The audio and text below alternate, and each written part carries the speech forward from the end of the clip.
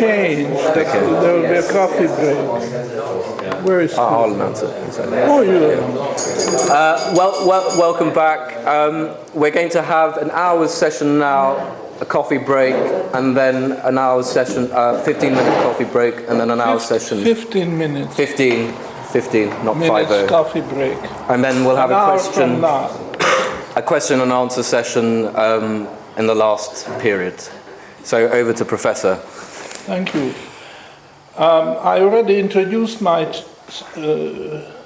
chapter. The subject is the origin of interest, and I reformulated the basic questions. So now I'm going to go through the details of this to help you to see and understand what I really mean. But before I do that, I want to call your attention to the analogy which I'm doing here with what Menger had done in his Grundsätze, 1871. One of the most important part of that little book is the explanation of the origin of money. So now I'm not going to get up and run back and forth, but if you take notes, please write down origin of money, and that's left column, and the right column is the origin of interest. And the origin of money is original Menger. This is a very great piece of science, how money came into being. Because we all know there was originally what in English we call direct exchange of goods. The people in the market brought their surpluses, and there was no such thing as money, but they still wanted to make the exchange because you were short of something, but you had a surplus of something else. So you went around with your surplus and find the people who had surplus of what you had a deficit, and then you made the exchange. But this is very clumsy and very difficult because you had to find these pairs who had matching needs, and this in itself was time-consuming and troublesome. So people developed a system. Suppose I have a surplus of A, and Sandeep has a surplus of B, but it doesn't match what I am looking for, because I'm looking for C. You see, these A, B, C stand for different commodities. You can imagine what it is. It's not important for my purposes, just the fact that they are different and matching or not matching. So rather than this cumbersome way of seeking out a matching pair, I am a smart guy, and I noticed that even though I don't need D, that's now a fourth commodity. I want C, he has B, but I noticed that there is a special commodity, call it D, which is something I don't need. However, if I had D, I could make the exchange much more easily, because D is somehow more in demand than others. So it's easier to get rid of. Okay? Ultimately, you will find that this D is gold. You see? Now, it won't take 1-2 days or a week or a month. It might take several hundreds of years, and we don't even know, because this was before writing was invented. We call it indirect exchange, and this is all Karl Menger, you see. And there's nothing in this set of notes about this, because that's in Grundsätze. You see, or the most important piece of Menger's contribution to economic science. How, perhaps we write this out, how direct exchange, this should be in the left column, okay. was turned into indirect exchange.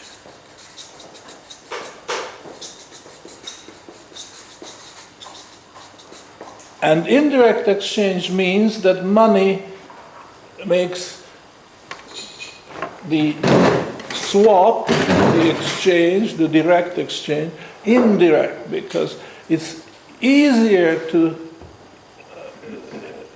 paradoxical as it is, but instead of one exchange, we find that it's easier to make two exchanges. One is sale, and the other is purchase.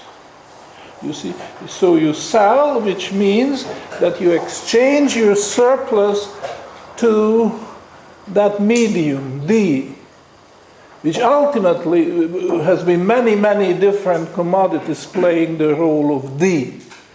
But ultimately, it all converges to gold, because that could beat every other commodity. And we don't have to ask for the reason why. Well, that's just the way it happened. And if it wasn't gold, but it was silver, or not silver, but something else again, so be it. But the fact is that there is always one. Because, why? And this is how Menger answered the question. He introduced the concept of marketability.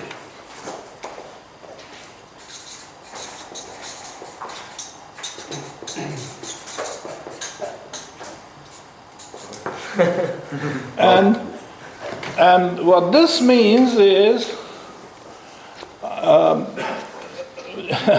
sorry, you have to jump on that you have to invent something which corresponds to the bid price and the ask price. That I have not worried about finding. But we are not allowed to say the word price yet, because we don't have D yet. We are just in the process of feeling our way around and trying to, oh, that's it, this is going to do it. So, you see, I'm not lecturing on Menger here. I'm just trying to give you this idea of the origin of money. And there is something which measures the marketability of a good, any good, but without using the word price. So let's accept intuitively that by trial and error you can test various goods, how easy it is to get rid of. And that's one thing. And once you have it, how easy it is to get rid of this one. So how is it to get it when you sell, and how is it easy when you buy in terms of that? And through these infinitely many trial and errors, there will become a consensus that this good is rather poor marketability, this is a little better, this is medium, and then better and better, and ultimately you find the best. The good with the best, the top marketability. And as I say, it may take hundreds of years, or we don't know, it could have taken 1,000 years or more. But ultimately, the market came to agreement that gold is the best and silver may be the second best. Or it could be that it was even the other way around first. Silver was actually more marketable than gold. We don't know that, and I'm not really concerned with that question here. I'm just trying to give you a nutshell or a bird's eye view of what Menger has done. He started with the question, how did money originate? And this is what he came up with. And there are, of course, lots of questions you can ask here and so on, but I'm just stopping here. And summarize in one sentence, it's a matter of finding the most marketable good and passing from direct exchange, which is a barter. I haven't used that word, but that's the obvious word, barter, and come to direct exchange, which is making two exchanges out of one, which looks like making it more complicated, but actually it's making much, much simpler, because you break up the barter into two steps. Perhaps you write this down. Selling and buying. So we started out with A, which I had a surplus of.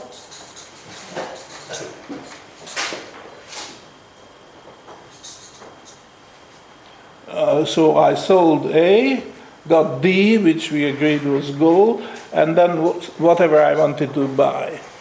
Okay? And this intermediate step.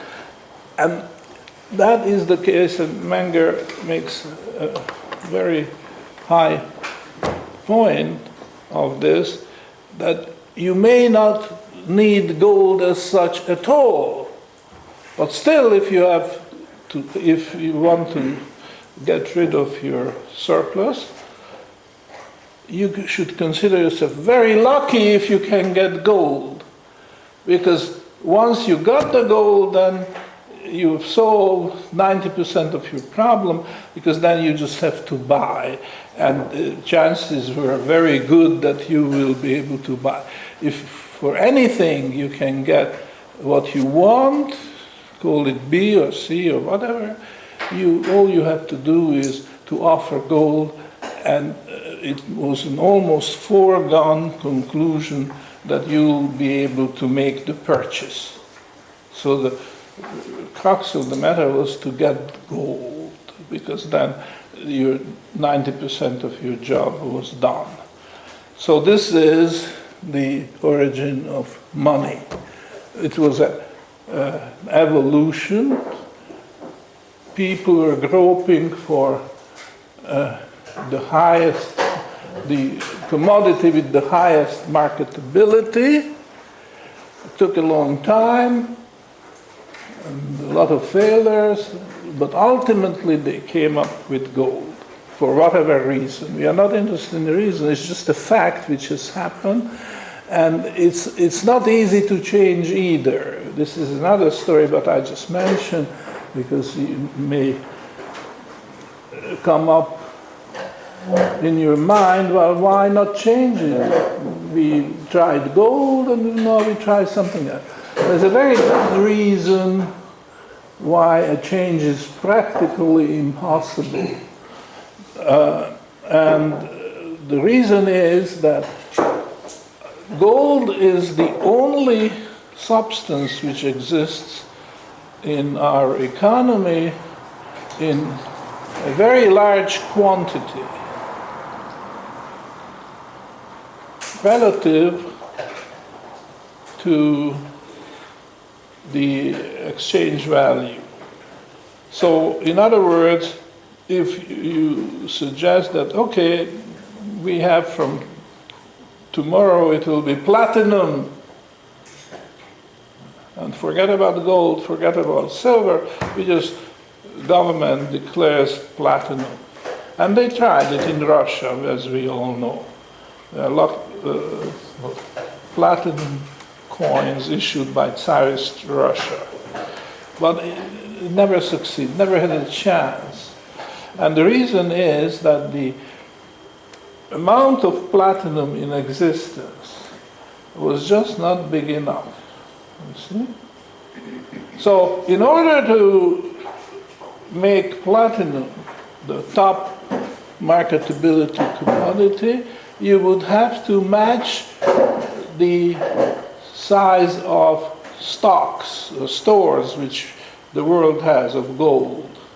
And that would take more than 100 years. And in the meantime, a new government or a new set of guys who have influence in these matters may change their minds. So it's just a hopeless suggestion, if you want, for any reason to change from gold, is also almost an impossible suggestion. Not because any merit of gold as such, it's just by virtue of the fact that gold exists in sufficient quantity. It's like this. Let's express how many years of gold production would it take to duplicate the present stock of gold available in the world, above ground. How many years of production at present rates of production would be necessary? And this has been calculated, and various numbers have been kicked around, and it's not really important. The important thing is that it's a two-digit number. Somebody even goes to say it's approximating 100. Some people say, no, it's closer to 50. For my purposes, it's neither here nor there. But compare it with something as common as copper, or you can take something else, and you find that the number, in other words, let me just summarize this. The question was how many years of production at present rate would take to duplicate the present stock of gold. And so let's say 50, okay, just for the sake of argument, let's say this number is 50. It takes 50 years of production, gold production at the present rates of output, in order to have the same amount of gold once again. But now take copper, and maybe some of you will be surprised, but I'm sure those who have been with us for previous sessions won't find it surprising that it takes a fraction of the year to reproduce the available copper stocks, stores of copper, usable. So I'm not meaning copper ore underground. No, copper which can be taken and used, you can use it. So while in the case of gold it's a high multiple, in the case of copper and almost all other goods, it's a small fraction of a year which we take to reproduce it. This is a very important fact, and it should be spelled out in this way and not obscured in some other ways, because that shows that gold is not scarce at all by that standard. In fact, it's the most abundant, and that would confuse people, of course, because this is sometimes called the paradox of gold. Gold is not valuable because it's scarce. Far from it. It's not scarce, it's the most abundant in terms We had a word for that. Stocks to flow. Stocks to flow. Yeah, yeah, that's right. Could you explain this in a few words? Yeah, so stocks to flow is the ratio of marketable gold, as it were, in bar form, which pretty much all gold is, compared to the primary production. So primary annual production, and it's very important to get a grip of that, because it basically implies that gold has a constant marginal utility. You will keep on accepting gold, and there won't be any sort of cut-off point where you said, I've got enough gold. Whereas with copper and everything else, there is a sort of cut-off point, and it's reflected in such a low stock-to-flow ratio. Fractions as opposed to multiples. You know, gold sticks out like a sore thumb. And if you want to compare it to platinum, platinum is similar to copper in terms of its stocks to flow. It would only take 4 months annual production to replace the above ground stock of platinum. So it might be called precious metal, but it's not in the same league as gold and silver. Thank you, Sandeep. And as I say, this is Menger's theory of origin of money. Now, perhaps you can turn the page now, because we start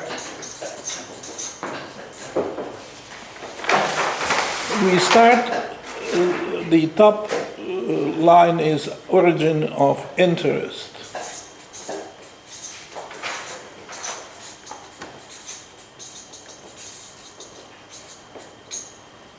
All right. Now you can sit down a little bit, because I'm going to talk, and then I'll let you know. What a wonderful idea to have a chairman who you can boss around like this.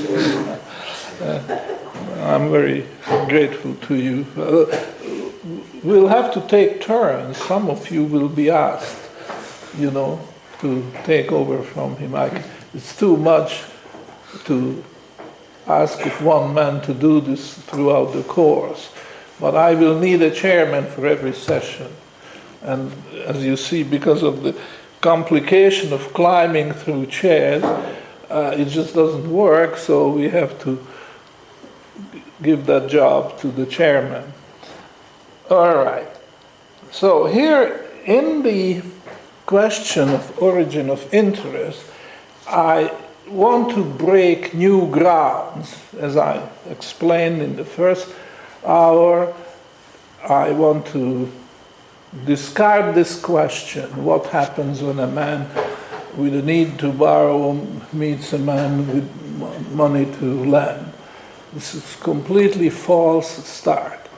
I start with the question: what happens when there is somebody with a surplus of income, deficit of wealth, meets another man who has the opposite? He would have a deficit of income and surplus of wealth.